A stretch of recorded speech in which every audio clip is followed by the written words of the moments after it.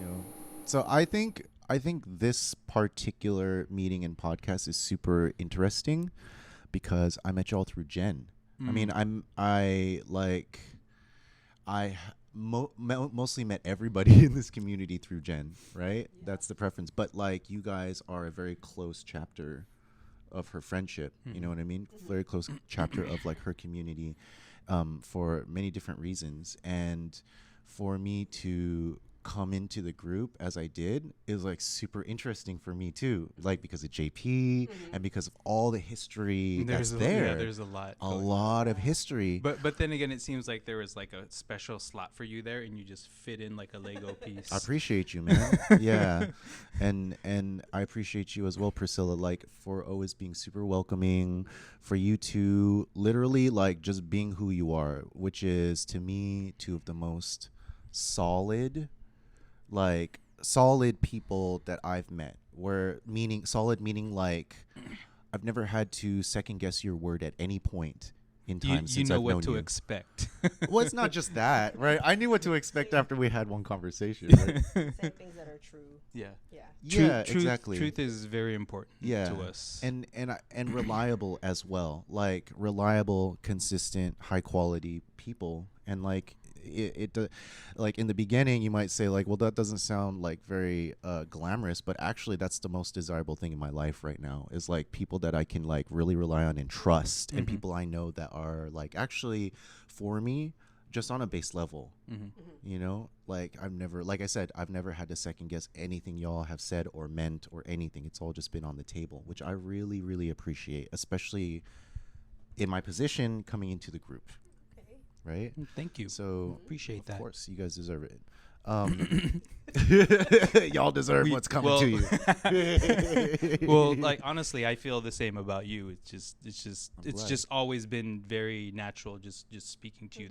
That no moment has it been ever awkward or anything. It just feels like it just feels like you're supposed to be here. I really appreciate that. Yeah. And there's certain situations where nobody's supposed to be here.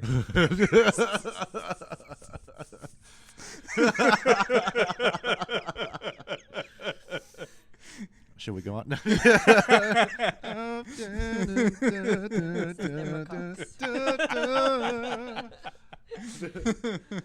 It's a little bit more illicit when you put it that way. I will piggyback off of what Chabe says. Like, yeah, you coming into the group, it was easy. You know, it's like you're already there. Yeah. So it wasn't a difficult transition at all. You know, and when the time Jen did talk about who she was dating, I won't ever forget the story. But she was really excited, and then told me like, you know, she's like, yeah, I think he's met some of the homies already, and it seems like he's just fitting in. And I'm like, okay, you know. And then when we met you, it was just so easy. It was so easy. It felt like you were always here That's dope. in one way or another, which you kind of were. I've always been in and out of Jen's life, Yeah. like Yes. by design, actually. Yeah. You I know, believe it. Yeah. yeah, because I may not have seen her originally, but boy, do I see her now. You know what I mean? And it's undeniable who she is. That's honestly, guys, that really means a lot to me, just because of like all the history and stuff. Yeah, it's good history. it's a good this is a good history. But like one of the main things that I did want to so on this podcast, we usually touch on philosophy, we touch on art, wellness, and you know, just kind of where you are in life. And I'm actually super interested in where you two are in life right now, because y'all are such a wonderful union of two souls, and you're also like kind of like working yourselves to the bone right now. From what I gather, right? Amen. Yeah. Like I feel a lot of respect for the position you're in. You guys must be under a lot of pressure, yada yada yada, but that's kind of where life blooms in a way. Yeah. When you're feeling a lot of pressure, when you're undergoing a lot of things and exerting a lot of energy, you're alive. But on the flip side of it is like you may also kind of like be subtly crushed by the weight of all that energy and all that stuff, that the responsibilities. And so jumping off that whole responsibility thing, like I said, y'all are like unshakably solid, but with all these responsibilities, like how are you guys like able to move forward in that way? Because I feel like Jen and I are also kind of like under a lot of pressure, also pushing forward. You know what I mean? How do two people in this world like this like survive something like that? Are there things that you go to? I guess, are you asking like how are we still able to keep each other sane, or Yeah, like that type of stuff. Okay, so one thing that we do is really try to do the date nights. You know, we have to, even though Brentwood has the same 5 places you can go to. So like when we go out, you know, to the city for a weekend or coming here to Oakland, you know, we always try to stop by here. Oakland's a treat. That's honestly what helps us just to get away from the situation, decompress and reset and come back. Another thing that I highly recommend and do advise, you know, other married couples is, or, you know, long-term couples in general is, you know, couples therapy. That has really been a big piece of our relationship, and it's something that we've been doing since the beginning, actually, of our relationship. So honestly, that's something that's taken it to the next level. Like there's a plateau that I hit as far as like just growth as a human being, and doing couples therapy has gotten me to realize things about myself, and given me the tools to get past all of that. I feel that. I really do, because that resonates with me too, because in my journey with Jen, in our relationship, I've had to look at a lot of things about myself and unlock a lot of my ego and work through toxic masculinity and work through that's just, I mean, like guys of our generation, we're just gonna have to do that. Yeah. That's just built in. We have to face it, and we have to go through a lot of kind of like uncoddling of our egos, basically, is how I saw it. And honestly, another thing is like it taught me effective communication. Yeah. Like there are situations where I honestly, I've been most of my life I've been very very non-communicative about what's going on inside of me. And I've always had the feeling like, you know what, this is my burden to carry, so I'm gonna deal with it on my own. I feel that. And being able to go through therapy and realize, you know what, this is a part of myself I have to share, because I've always had the feeling like, oh, I only got to share the good side of myself, right? And all the bad things about me I just keep to myself, and honestly that keeps you from being human.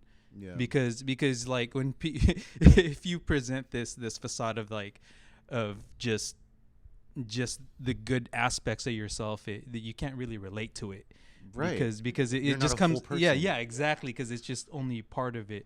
Right. So being able to bring out the struggle, the things that go on inside of me internally, and being able to share that with Priscilla and has really opened me up as far as like being able to communicate what's really going on.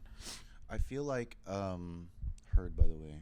I feel that, and I'm gonna ask you a question, because I'm on the opposite end. So I'm an oversharer, right? I'm there. That's, yeah. Right? Yeah. And I often get anxious if the other person isn't oversharing as well. So if they aren't telling me something, then I'm like, I don't know how you're feeling. I don't know how to be like, how do we reconcile this? Because I'm telling you all this stuff, and you're not then showing me signals. You're not giving me signals to where it's like, is it okay? Is it not okay? Maybe it's just neutral. Maybe like just, we've gotten to the point where we're like, okay, I don't know right now. just give me, hold on, right? And I'm over here like, okay, so are you ready yet? Like, I definitely agree with that, because that's how I am in our relationship. Well, at the beginning, I think so, more so now still, I'm always the one that's always sharing too much, right? Is that what you're saying? Yeah. So it's kind of like, yeah, where are you at? Are we on the same page? You know? So again, for a while, Chabe was like pretty quiet, you know, and it took a while to break down the wall. you know. Yeah. And then also, like, coming from Chabe's side as well, there's kind of this easy pathway that I used to run, right? Especially in accordance to men from our generation. And it's like, okay, do you feel good? Okay, fine. Do you feel bad? Okay. Are you going to share it? No. Why? Because if I share it, then I feel weak. If I'm weak, then I'm useless. And if I'm useless, then I'm not a man. Yeah, it's difficult being vulnerable like that, and and for me, that's one of the hurdles that I've had to overcome is being able to be vulnerable, and being able to share that side of myself. You know, when you're vulnerable, when you're not vulnerable, you can't wear pink. But nowadays, I wear pink every day. Just ask Masego. all the time. That's crazy though that you say that. But honestly, like once like that barrier, like I started to be able to wear the color pink, and not even think anything about it. Before that, it was like, yeah, I gotta wear like the dark colors. That's hella real, actually. Yeah. But that, you know why that's so crazy to me is because I've only met you as a sensitive person. I've only met you as somebody who is like very full-hearted in what they say and their responses to me, and like just very expressive. So it's funny that you're telling me that he came from this like completely opposite background, because like I think I bonded with you because of your sensitivity, because you were able to open up and share and do all those things that you had newly founded. And so like that's the part of you that I actually respected the most. Well, I mean, obviously besides like, you know, your morals and your ethics, right? But yeah, it's because that's the only way I've known you. Yeah, I mean, before, like I've always been kind of like an enigma, like aloof, like what the fuck is he really thinking? Because like I wouldn't just like voluntarily share those things, but now I'm a little bit more open as far as like what my thoughts are, and like just the whole evolution of me becoming a husband, being married is just that completely changed as far as like being able to be okay with being vulnerable. Before I've always had a problem with that. Like to me, vulnerability was always like a sign of weakness. Right. Yeah. Right. Yeah, and that's hard to work through if you don't have also like a community that's willing to just like take you for what you are. Which another thing, you know, I appreciate you guys about. But that's what's great about the community that we're a part of is that, like, you know, it's very open, it's very welcoming, and it's very supportive. Yeah. In that aspect. Yeah. Yeah, absolutely. You two also hit a part of my heart with El Vivo, because, you know, as you know, Benji, you know, we went through all that stuff, and it was very quick. But he lived a really good life, and now you guys have like an elderly pup with you, and like it's crazy that these like souls can mean so much to us and just represent so many things in our lives, like because Benji represented a very, even a part of her and mine relationship. He was like our child. And so, you know, that is what it is. I feel like I could totally relate to that, because like because Priscilla had Princess and Elvis since they were pups, and just coming into that situation and seeing them, they really, that's another thing that like really opened me up is being able to care for the two of them, like Princess. I think of Princess every day, like I miss her to death, and then Elvis. Elvis he's the man, even though he's a dog. Well, when we first started, I was nervous that he wasn't gonna. I mean, Chab's pretty good at accepting, you know, especially when there's so it's a part of me, right? So he's just like, okay, I'll take you on. You know, there's no question. He gave the dogs a chance, but I was nervous because of how they were when they were growing up. I was like, you know, just letting you know. This is how they are. Yeah. And, you know, and then he's like, it's okay. You know, I got it. I'll do it, you know. And they were nothing like that. Well, for whatever reason, the dogs ended up having a good, you know, when he started to spend more time with them, they also built this love for him. that they kind of forgot about me, which which I was jealous about when we were in San Diego, you know, because there were times where, you know, Chab would leave the house and Elvis would not stop barking at the door. Like, I was like, you need to come home right now because I can't get anything done, Elvis. And I'm talking to Elvis. I'm like, don't worry, he's coming back. Like, you know, and he's like, but he looks at me, he's like, but he's supposed to go, like, I'm supposed to go with him. Where'd he go? You know, like, without me. So, you know, it's like, it feels like Chab's been around like all their life, you know, like that's how the love and relationship that they had with him. So, yeah, that it truly is a special thing. Like, if you just take a step back, it's a domesticated animal. Yeah. But like everything else in our lives, like as humans, I think we put our own spin and perception into things, and then they come to life, right, for us. And I think that dogs have such this giving soul. They're like basically only good is how I see it, right? Dogs are just too good for us. They're just there. That's why their time on us. this earth is a lot shorter, because they know how to live their lives without even thinking Exactly. about it. They're animals, right? Yeah. So they're already in balance. Yeah. Right? They're not self-aware, so They- they can't be ashamed of the stupid shit. they know what they need, and that's pretty much it. Yeah. So, like, I think one of the things that made a difference is just I mean, they were my companions during COVID, and at the same time, like, I just started a new job and it was remote, so they were my coworkers pretty much. So I would just be at home distributing music, and they're just sleeping or doing whatever they do, like, by my side, and they were my company during that time, because, like, yeah, there was nobody else to talk to. Yeah. And oh, hey Pam, what's up? What's up, yo? Yeah, bring the love.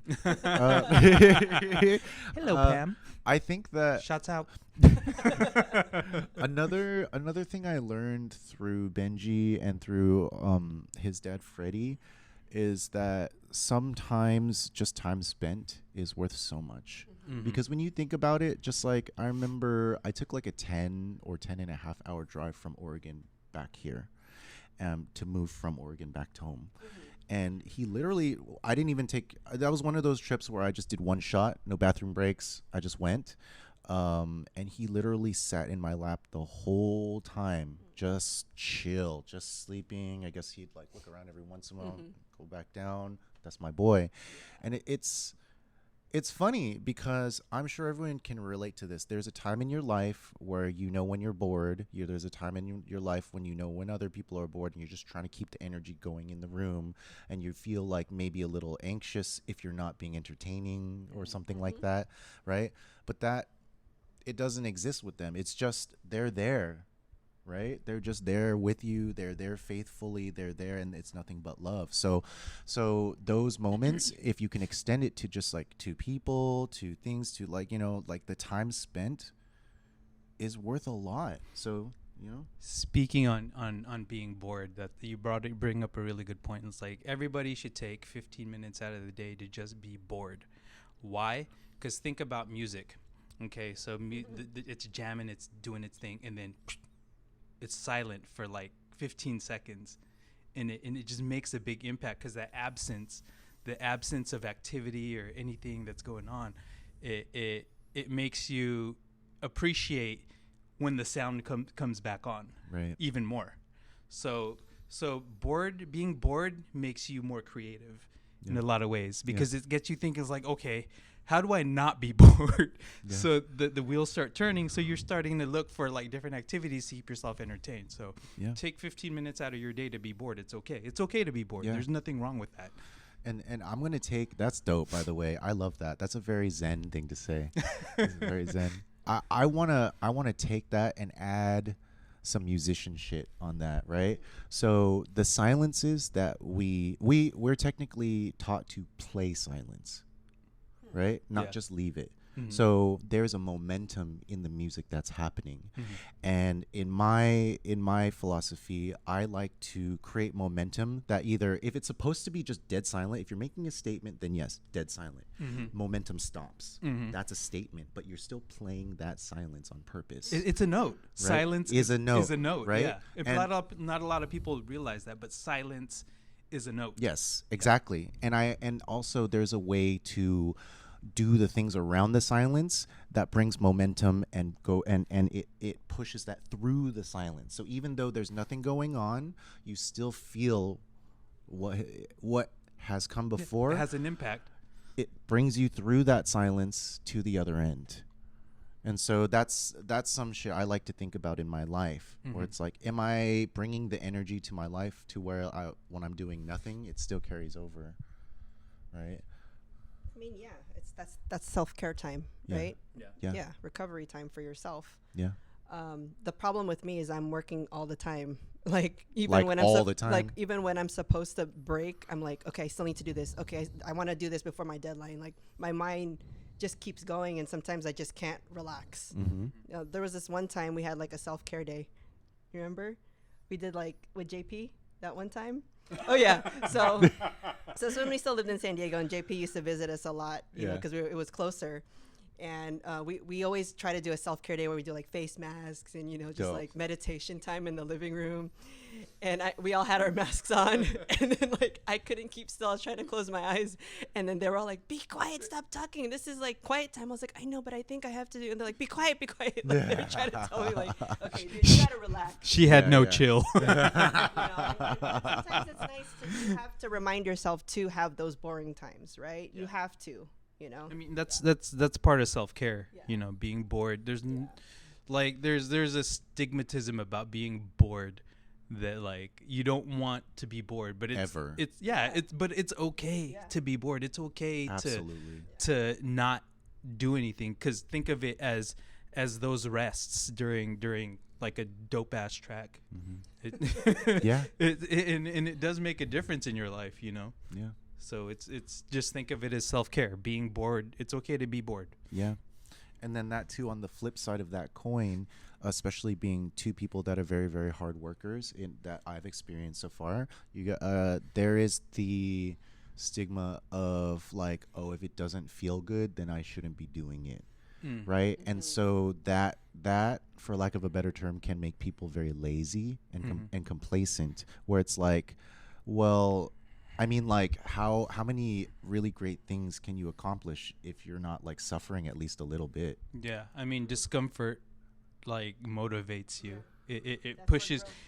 Yeah, exactly. If you're always comfortable, then you're not ready to push those boundaries. You know? Right. So, you gotta sacrifice for something great. Otherwise, everyone would be doing great shit. Yeah. If you're not living on the edge, you're taking up too much space. Right. Do the Asian thing. Politely take yourself to the corner and just teeter over it real quick. Yeah, it's good.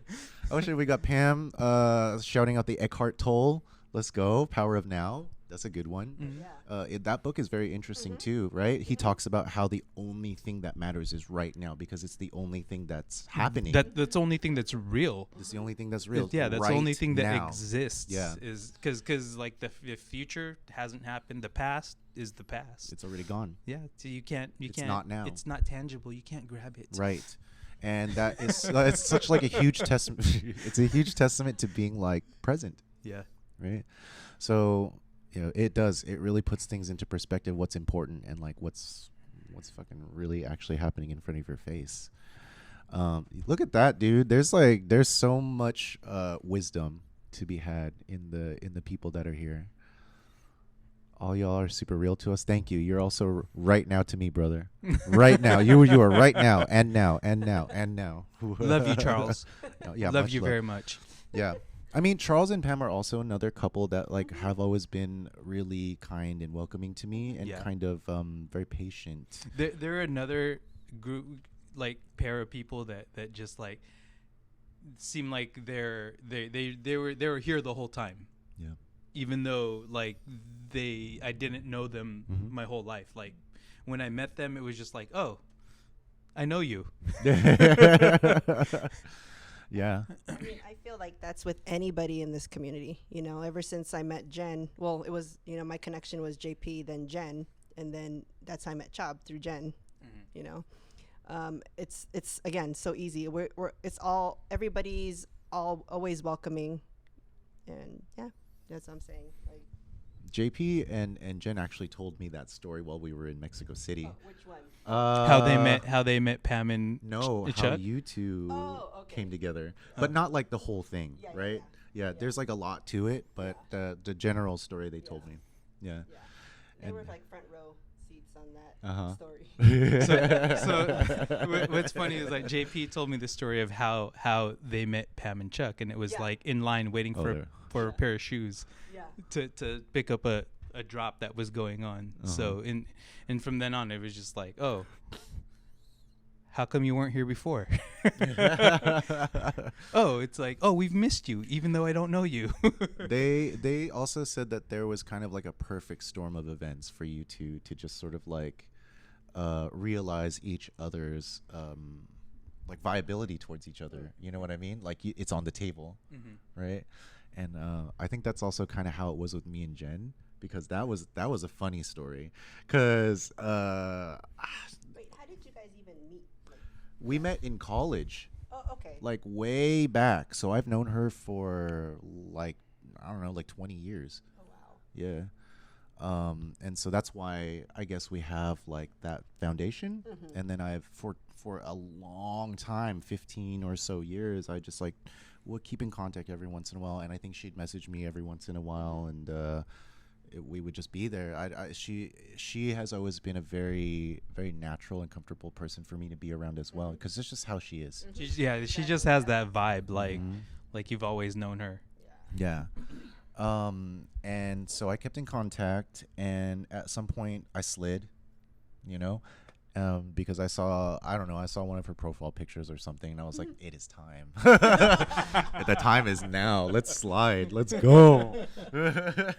I still remember the picture she had. I think she probably just came back from India or something like that. She had like silverish hair, or like I think that's the trip she took to India to see one of our good friends to get married. Yeah, Shashank. Yeah.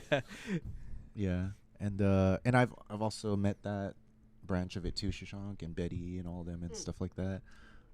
I might. Oh, do you? I might. Oh, really? Empty my bank account. Oh, the blue hair. Yeah. So I saw that profile picture, and she's kind of like looking over her shoulder or whatever, looking into the distance. She's got round glasses. I think her tattoo was more fresh or something like that. It was definitely in the shot, and I was like, that one. I remember that one. So I slid, and actually she was just being really friendly as usual. She invited me over to Miranda, and I was playing a show in Jack London that night. So I just came over afterwards. So it made sense. It just kind of the stars were aligned. Yeah, the stars were aligned. And she was super drunk that night. She was like, I've never seen that. You never see Jen. We can tell the story of P-Face later. Yeah. Or not. That might be a household only. And I even like realized it might be weird for you to hear me saying P-Face, because I have nothing to do with that era at all. But I've heard stories famous so many times. Yeah, that I now know. It's like that, and there's a pizza element involved. Oh, yeah. Anyways. Speaking of Miranda, one of the P-Face nights, P-Face was asleep at Miranda with her legs. There's a photo of that. Yeah, it was good times. Oh, there's a photo. Dope. Okay. Yeah, I'm a big proponent for trolling your friends. I just need to be more comfortable. You know what I mean? Yeah. So, So just to finish the story, she was. So I came over to Miranda after the show with a buddy and his girl, and she was shit-faced.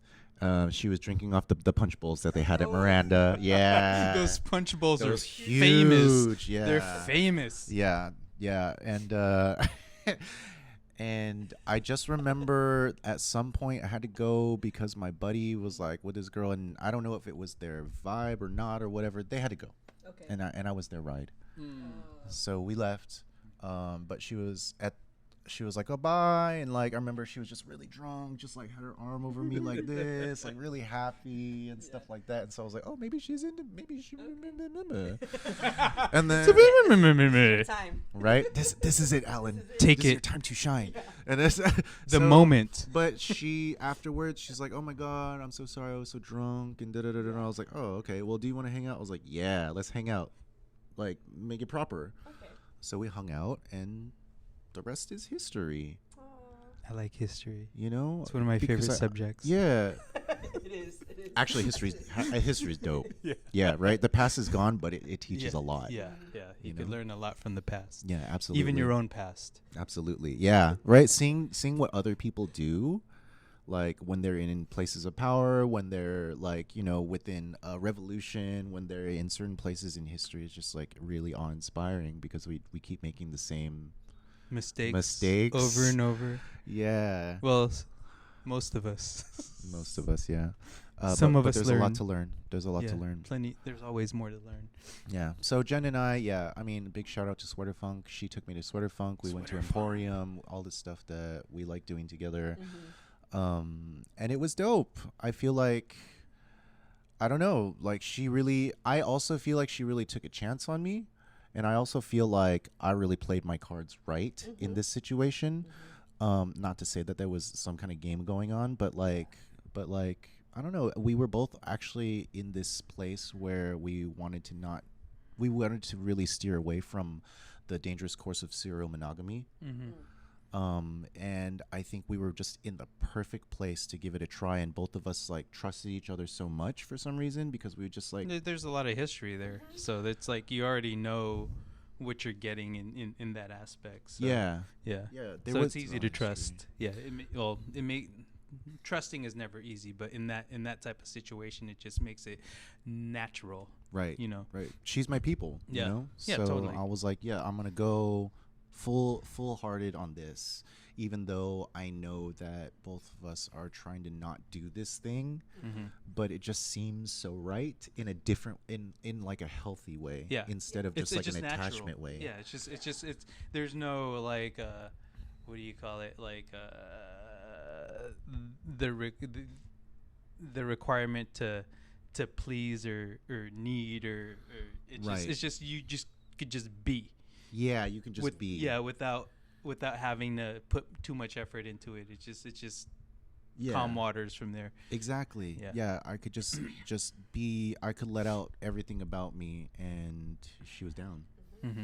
So, and then the same with her too. I was just like, oh, you fucking dope. And yeah, so then the rest is history now. And I love history. Yeah. All right. Well, now It's been, I don't even know how many years now it's been. I just remember the day she did tell me when she came over actually. I think, one of the times she visited me in San Diego, and then that's when we had caught up. And then she did tell me, there's this guy, we used to know each other. And she's like, yeah, actually. And then she started to tell me about you. I was like, wow, this guy seems like, he's pretty cool. Like you had been a good friend to another friend because they were going through something and that you were there just for support. I mean, just saying that about you, I was like, wow, that's really big of him already. For me, I was like, okay, I can't wait to meet him. It seems like, seems like a good catch. So yeah, absolutely.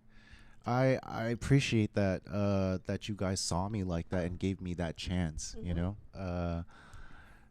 Just because it's the thing I always think of is like, it's funny how she didn't end up with JP, right? Because I don't know 150% about that, but I feel like I know like 90% about it. Yeah. I mean, we don't have. It felt weird saying it, but that's honest. No, because I was like, ooh. because you literally the other day was like, oh, because you're just always real, right? So I caught you. You were like, it's, I'm really glad you guys are together, even though we did in the past like wish that you ended up with JP. Yeah, I mean, I spent a lot of time with JP after the breakup, and honestly, it was for the best. Yeah, because they were able to grow in a way that wouldn't have been possible if they stayed together. Not that it would have been bad, but of course I was rooting for them. But then again, it for me, most people like kind of were upset with JP after that happened. But for me, it was just kind of like it's a piece that didn't fit. Yeah, I think they tried Yeah. But it just wasn't in the cards for them. So it worked out. You know, you guys are a way better fit, you know. Yeah. Yeah.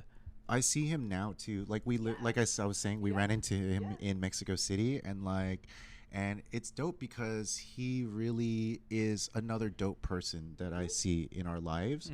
He's there's so many good and dope ass qualities about JP, and I see growth because we literally talked about growth when we were out there.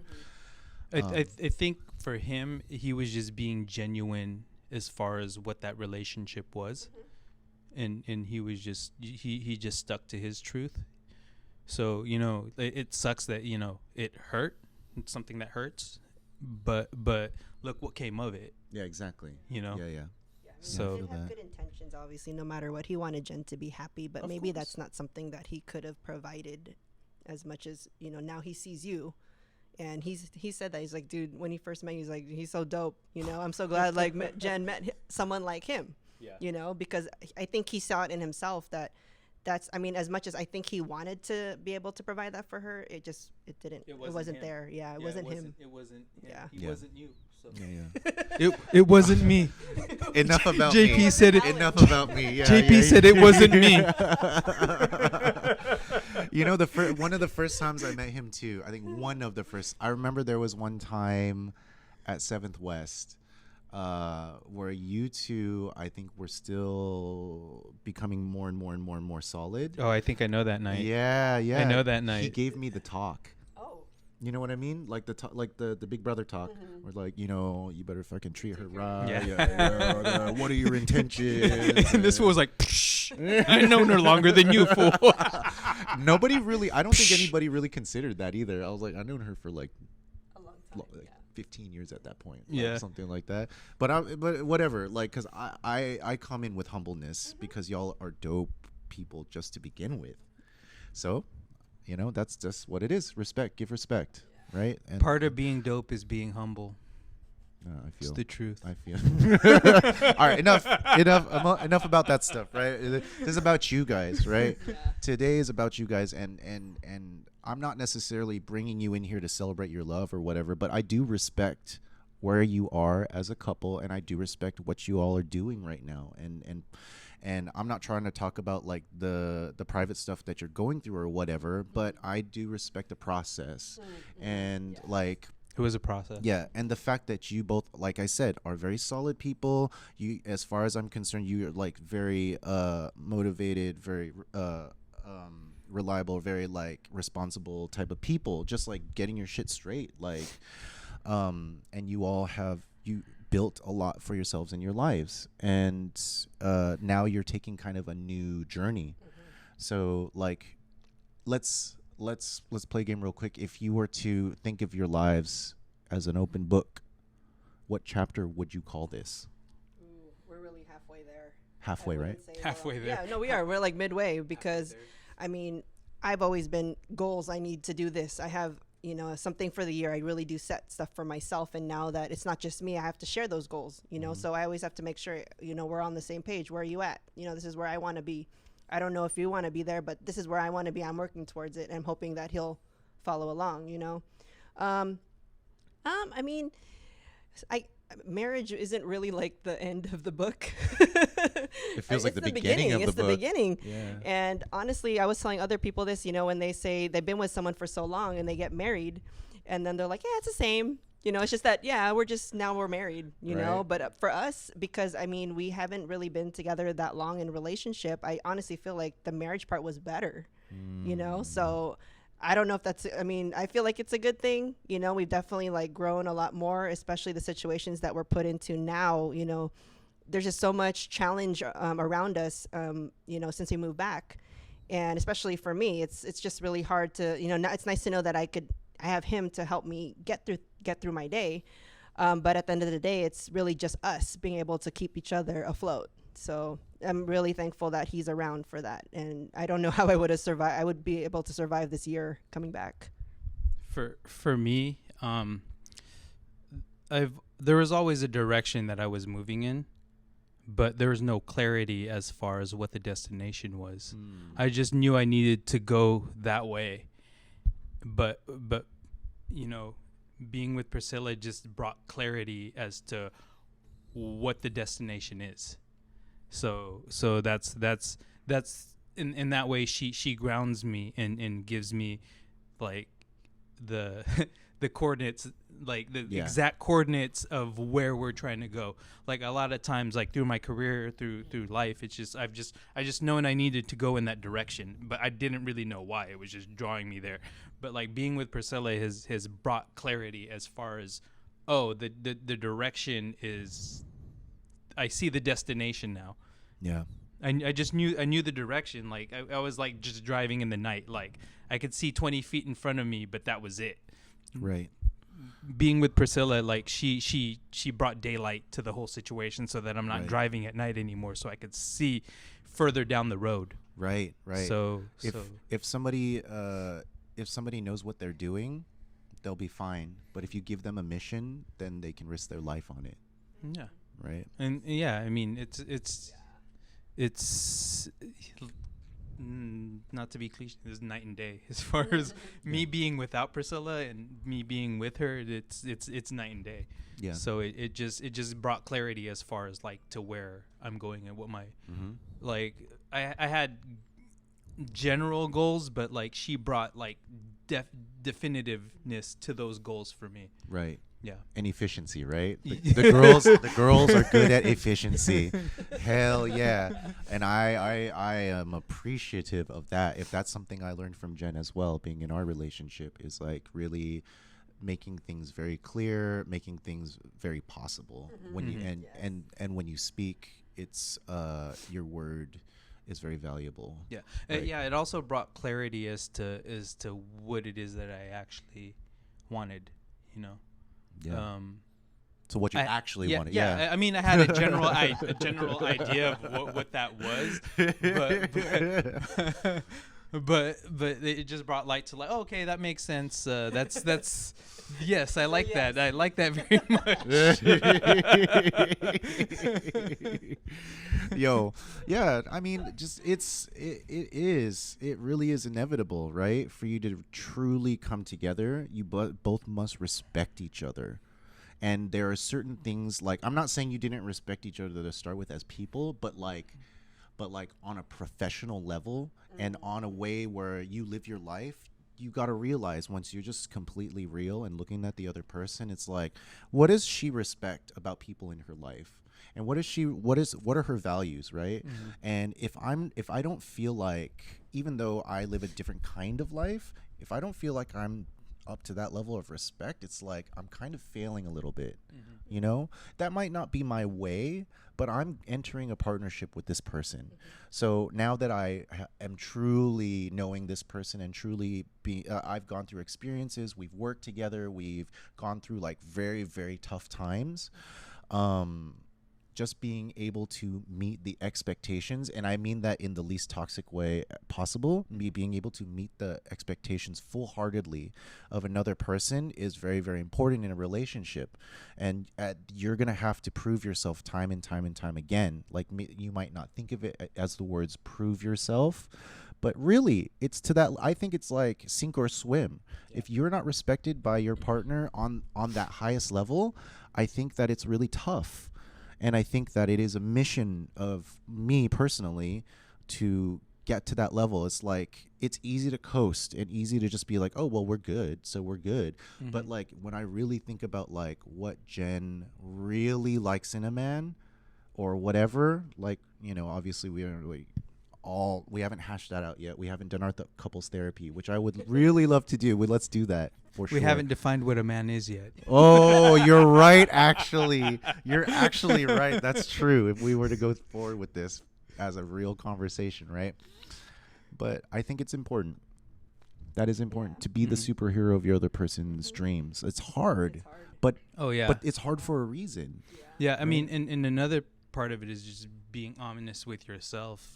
To be able to realize, like, you know, I can't be what it is that you want me to be, you know, and sometimes that's because like the definition of what that isn't clear, right? You know, that's bars right there. The definition is not clear, or you're just making it up yourself. Yeah. Yeah. I mean, like, you know that, you know in yourself, you know the type of person that you want to be, but when you have that other half, is like, it opens up the possibility of certain things that you didn't realize that you can be, Right. you know. So For me right now in my life, I've kind of gone full circle. So a lot of what I am is based off of the question, what if? I'm a big dreamer, right? And before I met Jen, my dreams and like sort of just the things that I worked hard at before brought skills, and then there's some talent, right? And then I started to coast, right? And the what if changed from a big dream to just like amusing. But with her, right, I've gone back to my work ethic. I've come back to the core, and now the what if is more of a spur.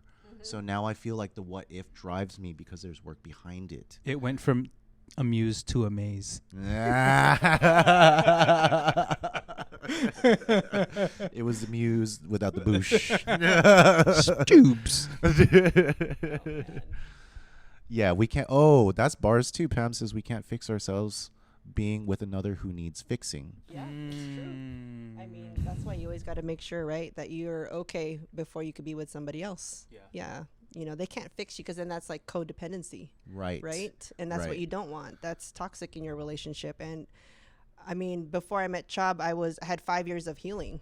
You know, that took a long time to finally be fully with somebody, be fully myself, you know, because then you're just trying to put a Band-Aid on it. If you just get out of that relationship into another and you don't know really who you are, you're not able to take care of yourself unless you're not able to take care of someone else unless you're able to fully take care of yourself. Yeah. Yeah, you can't really go into a relationship expecting that person to fix you. Yeah. I mean, you like, every single one of us is broken in one way or another, and there's nothing wrong with that. Like, have you seen that that thing that Japanese culture does, where it's like if there's a broken vase, they put it together with gold? So they melt gold, and you'll see the gold within the cracks, and it becomes more beautiful than it was to begin with. Yeah, I mean, that's the thing about life, is that it's imperfect, and that's what makes it beautiful, is the imperfections. We can go throughout our whole lives like searching for that perfection, but the thing is that perfection is it's an illusion. Perfection's boring, dude. Yeah, it's just not saying that perfection isn't easy, but the reason it isn't easy is because it doesn't exist. JP knows. Kintsugi. That's right, bro. Kintsugi. That's the one. Yeah. And then there's also Ikigai. Ikigai. Oh, yeah. That's more of a philosophy too, right? Yeah. Ikigai. We had a conversation about that. Someone said that word in one of our conversations with somebody else. Yeah. I forgot. Honestly, I learned that term from a guy that works at a bike shop. Oh, shit. Because I ride Is ride it Bobby? BMX bikes, and his whole philosophy of just having purpose and being okay with that purpose, because you're bringing a service, and not only that, you're doing something that you love at the same time. Right. So there's nothing wrong with that. Right. And I think Ikigai is the one philosophy that is really integral to my life. I mean, like, not that I have studied Ikigai or anything like that, but that philosophy, it speaks to me now, right? Yeah.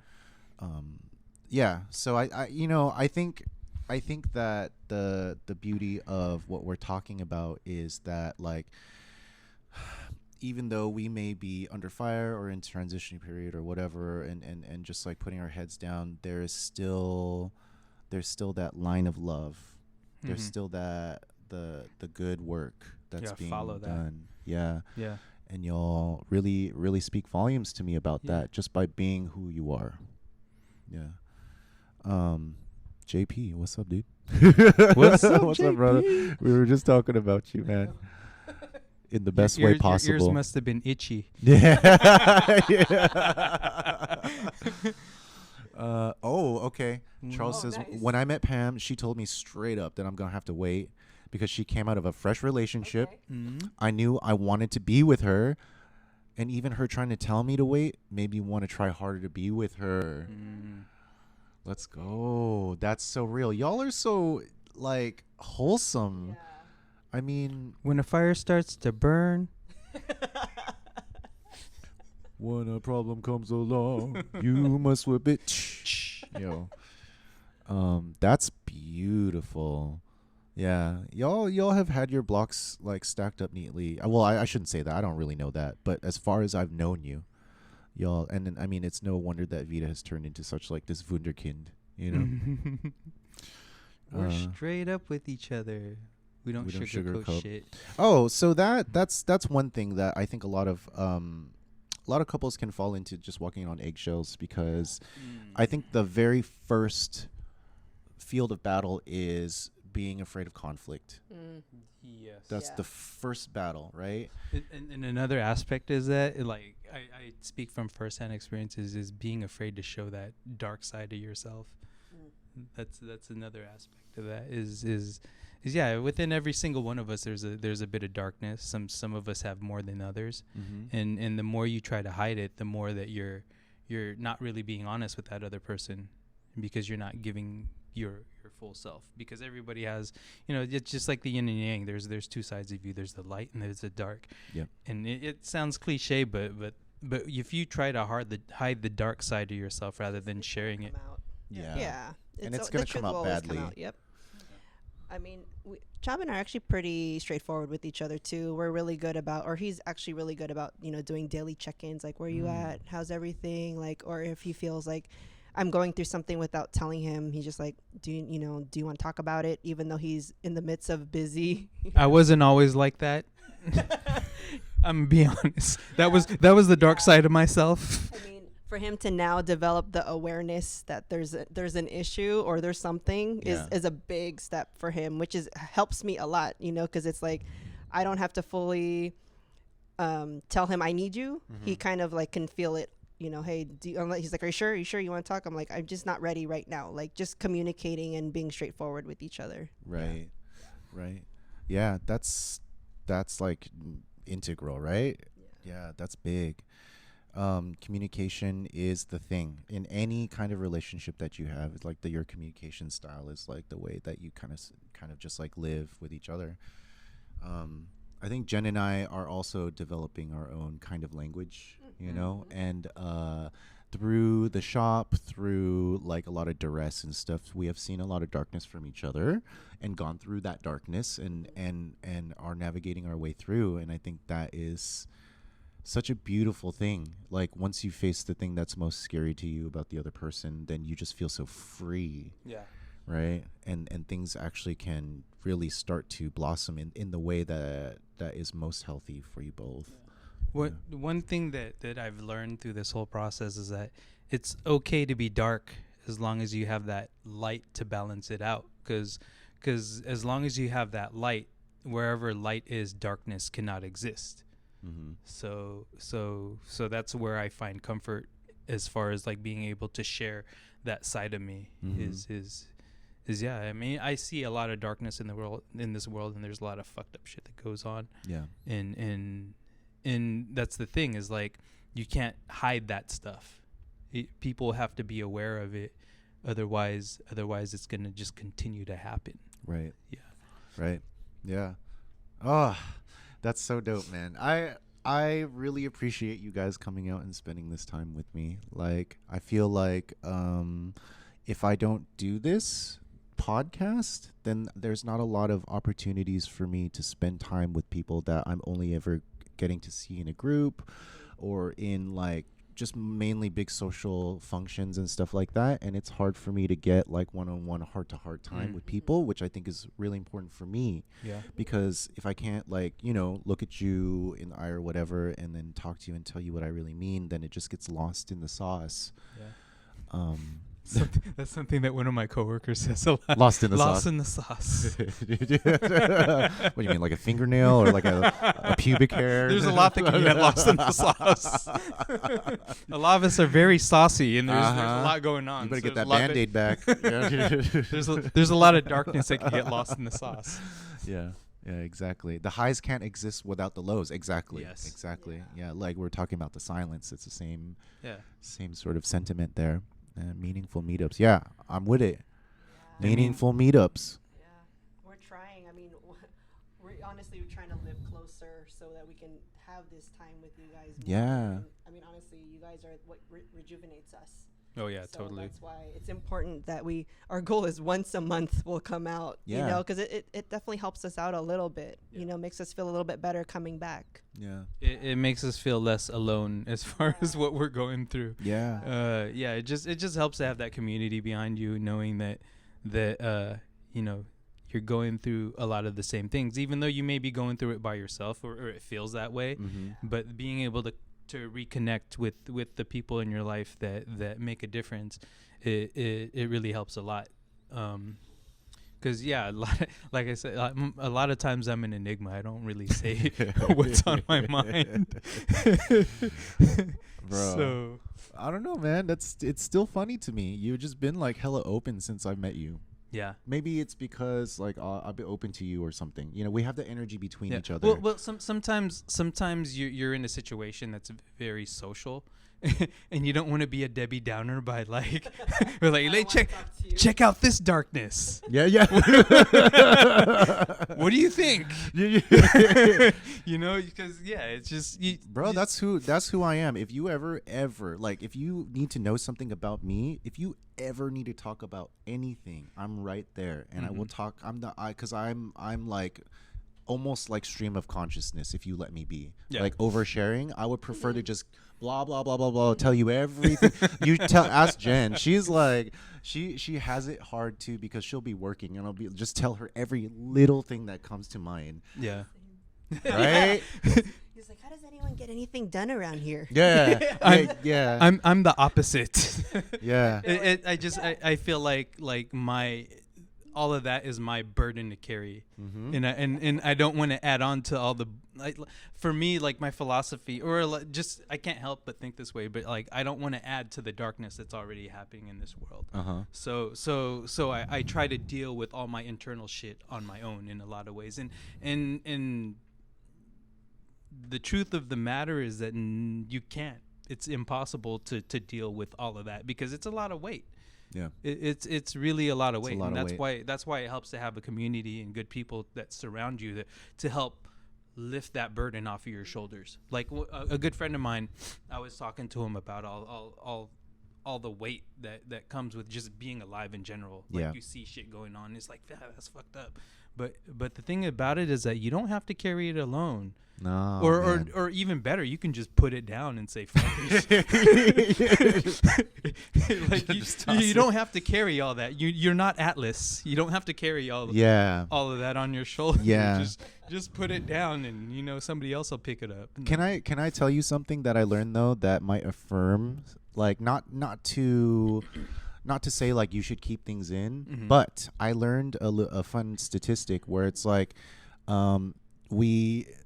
for humans, because of our prefrontal cortex, negative is 4 times stronger than positive, right? We'll just like either reinforce it, or we'll just like we're a species that looks for danger, right? So negative sticks 4 times more. If you say it out loud, it's 10 times more. So saying something negative is 40 times more impactful out loud than something positive. That makes sense, because maybe on like a subconscious level, I know that. That's why I don't want to contribute to that bullshit. It's part of our instincts to be like, oh, watch out for that. Like, oh, this, like survival, right? There's always danger.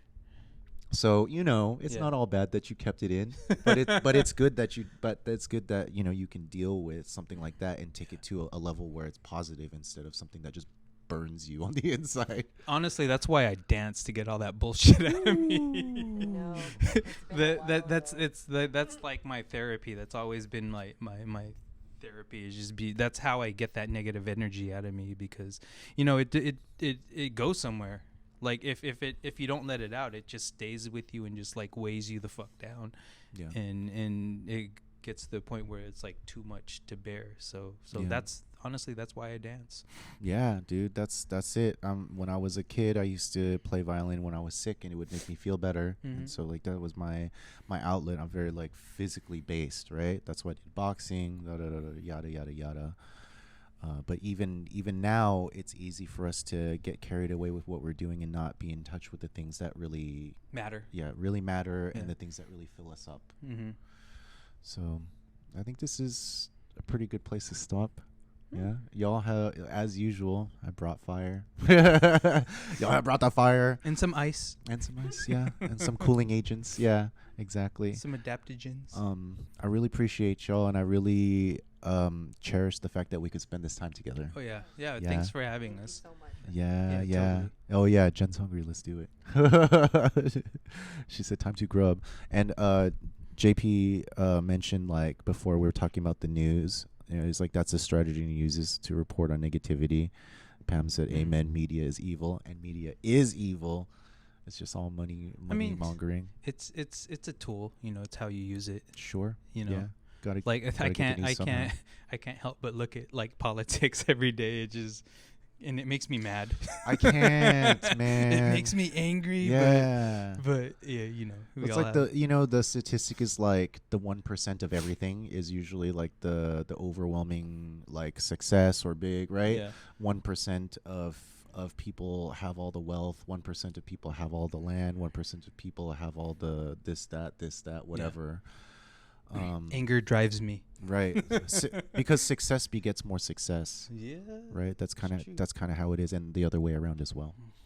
So anyways, we could go on further, but like But spaghetti. but also food. Let's go. Yes, speaking of. All right. So we're fluctuating a little bit on bandwidth here. Should be good. Okay. So thank you everybody who came through. Y'all are y'all are really close to the family. So like I appreciate you all for being around. Thanks for having us. Everybody who's here. Thanks for listening. Yep. Thank you guys again. And we will catch you next time. Let's see if we have anybody to raid out to. I'm like historically bad at raiding out, which is a thing you do on Twitch to support the homies. Who we got? Like the raid. Yeah, so I'll take the chat here and then shove it to another raiders.